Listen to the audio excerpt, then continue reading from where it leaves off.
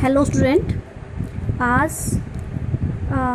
13 सितंबर 2020 को हमारा आज का टॉपिक है फीचर्स ऑफ इनडायरेक्ट टैक्स। ठीक है, इसमें हेडिंग लिखी हुई थी इसलिए मैंने हेडिंग लिख दी है।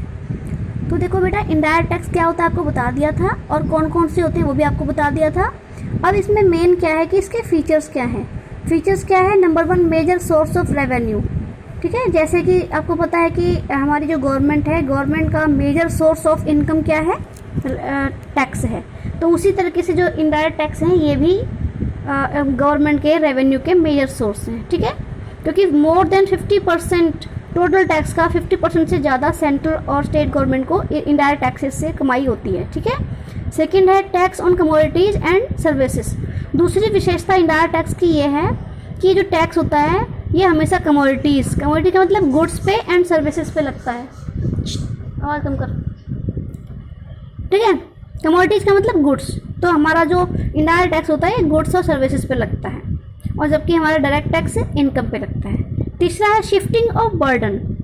जैसे आपको बताया था कि भाई डायरेक्ट टैक्स की शिफ्टिंग नहीं होती है, जिस पर्सन का टैक्स है वही पे करेगा, जबकि इनडायरेक्ट टैक्स की एक फीचर ये है कि जो पर्सन एक पर्सन पे टैक्स की रिस्पॉन्सिबिलिटी पड़ती है और दूसरा पर्सन उस बर्डन को पे कर रहा है, तो एक पर्सन दूसरे पर्सन को अपने टैक्स बर्डन की शिफ्टिंग कर सकता है। ठीक है, फिर है uncertainty in amount of tax. उसके बाद क्या कह रहा है कि जो अमाउंट ऑफ टैक्स जैसे डायरेक्ट टैक्स में फिक्स होता है, लेकिन इसमें अनसर्टेनिटी होती है। ठीक है, कैसे? The person paying the tax may not know the amount of tax with certainty as it is already inbuilt in the price of the goods और सर्विसेज। जैसे हम लोग हैं, ठीक है, हम लोगों ने मैन्युफैक्चरर से गुड्स खरीदी हैं। ठीक है, मैन्युफैक्चरर से नहीं, हमने सेलर से गुड्स खरीदी हैं और सेलर ने मैन्युफैक्चरर से खरीदी होंगी।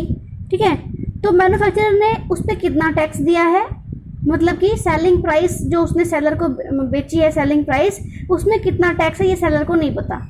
ऐसे ही सेलर ने हम कस्टमर को जो भी गुड्स सेल की हैं उसकी जो सेलिंग प्राइस दी है उसने, वो उसमें टैक्स कितना इंक्लूड है ये उसको नहीं पता। ठीक है, तो अमाउंट ऑफ टैक्स अनसर्टेन होता है।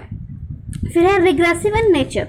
ठीक है, तो रिग्रेसिव का मतलब इसका जो बर्डन है वो सेम पड़ता है, चाहे वो अमीर है चाहे गरीब है। जैसे इनकम टैक्स में तो यह है कि जिस पर्सन की इनकम जितनी ज़्यादा होगी उस पर टैक्स भी उतना ज़्यादा लगेगा, और जिस पर्सन की इनकम कम होगी उस पर टैक्स भी कम लगेगा। इसमें ऐसा नहीं होता क्योंकि ये गुड्स पे लगता है। ठीक है बेटा,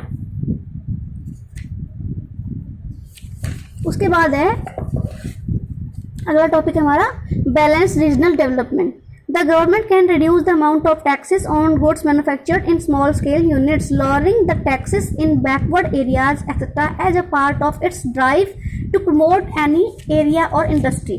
तो वो कह रहा है कि जो गवर्नमेंट होती है, क्योंकि गवर्नमेंट का एक फंक्शन ये भी होता है कि भाई वो कंट्री में बैलेंस रीजनल डेवलपमेंट बना के रखे, मतलब जो ग्रोथ हो रही है वो बैलेंस बना के रखे। ठीक है, ऐसा भी नहीं है कि भाई कुछ एरियाज में, कुछ रीजन में उस गवर्नमेंट ने अच्छी तरीके से डेवलपमेंट करवा दिया और कुछ एरिया बैकवर्ड ही रहेगी। तो बैलेंस करने के लिए गवर्नमेंट इनडायरेक्ट टैक्स का यूज़ करती है कि जो थोड़े से रिच एरियाज होंगे, यानी कि जो थोड़ा सा डेवलप्ड एरियाज होंगे, उनमें ये जो हमारी गवर्नमेंट है क्या करेगी, उनमें टैक्स थोड़ा बढ़ा देगी, और जो बैकवर्ड एरियाज हैं, स्मॉल स्केल यूनिट्स हैं, वहाँ पे वो टैक्स के अमाउंट कम कर देगी। इस तरह से वो बैलेंस बनाती है। ठीक है, फिर है लॉट ऑफ इंटरमीडियरीज। उसके बाद इनडायरेक्ट टैक्स की एक मेन खासियत ये है कि कस्टमर से लेकर मैन्युफैक्चरर तक बहुत सारे बीच में इंटरमीडियरीज का मतलब बिचौलिए होते हैं। ठीक है, जैसे पहले मैन्युफैक्चरर हो गया, कंपनी होगी जो मैन्युफैक्चर कर रही है गुड्स को, उसके बाद वो जो अपने एजेंट को सेल करेगी, एजेंट जो है आगे होलसेलर को सेल करेगा, होलसेलर जो है आगे ये रिटेलर को सेल करेगा, और रिटेलर दूसरे को, तीसरे को, चौथे को, उसके बाद फाइनली ये जो है कस्टमर के पास पहुंचता है। इसलिए लॉट ऑफ इंटरमीडियरीज होते हैं, वो अपने अपने हिसाब से एक्चुअल टैक्स पे करते हैं। तो हमको यही नहीं पता लगता है कि भाई जो एक्चुअल टैक्स जो हम पे कर रहे हैं वो कितने सारे इंटरमीडियरीज का है। ठीक है, उसके बाद है वाइडर टैक्स बेस। ठीक है, वाइडर टैक्स बेस का मतलब as the majority of the product and services are subject to indirect tax, it leads to huge amount of revenue collection. ठीक है, वो क्या कह रहा है, क्योंकि वाइडर टैक्स बेस का मतलब क्योंकि गुड्स एंड सर्विसेज की मेजॉरिटी होती है।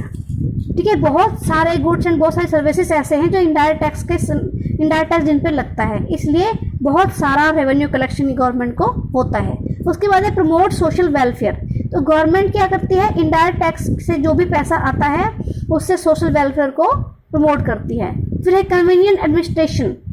उसका क्या कह रहा है, manufacturing activities are carried out mainly in organise sector. Organise sector कौन सा सेक्टर होता है, जिस सेक्टर के बारे में गवर्नमेंट को अच्छे से पता होता है कि भाई ये सेक्टर, इस सेक्टर में जो काम करने वाले लोग हैं उनकी इनकम क्या है, उनकी प्रॉपर्टी क्या है, उनका मतलब उनकी सर्विसेज क्या है, ठीक है। तो वो गवर्नमेंट उनसे अच्छे से टैक्स लेती है।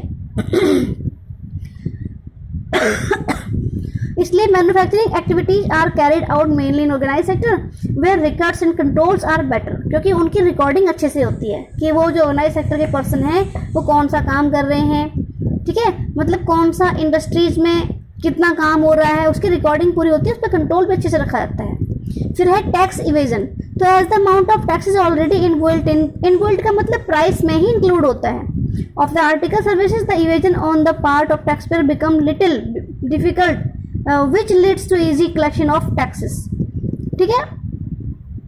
तो टैक्स इवेजन क्या होता है, टैक्स से बचना, और वो इलीगल होता है बेटा, ठीक है। डायरेक्ट टैक्स में आपको बताया था इनकम टैक्स में कि जो पर्सन टैक्स इवेजन करता है, टैक्स इवेड करता है, उस पर पेनल्टी लग जाती है, ठीक है। तो टैक्स इवेजन इनडायरेक्ट टैक्स में बहुत कम होता है और डायरेक्ट टैक्स में ज़्यादा होता है। फिर है लेस कॉस्ट ऑफ कलेक्शन, ठीक है।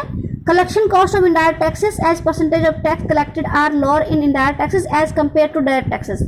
तो डायरेक्ट टैक्स को कलेक्ट करने में, यानी कि डायरेक्ट टैक्स को वसूल करने में, यानी इनकम टैक्स को वसूल करने में गवर्नमेंट को बहुत सारे कलेक्शन चार्जेस लगाने पड़ते हैं, और वो चीज़ इनडायरेक्ट टैक्स में नहीं होती है, क्योंकि इनडायरेक्ट टैक्स जो है हमारा प्राइस में ही इनबिल्ट होता है, इंक्लूड होता है, ठीक है। फिर है टाइम ऑफ कलेक्शन।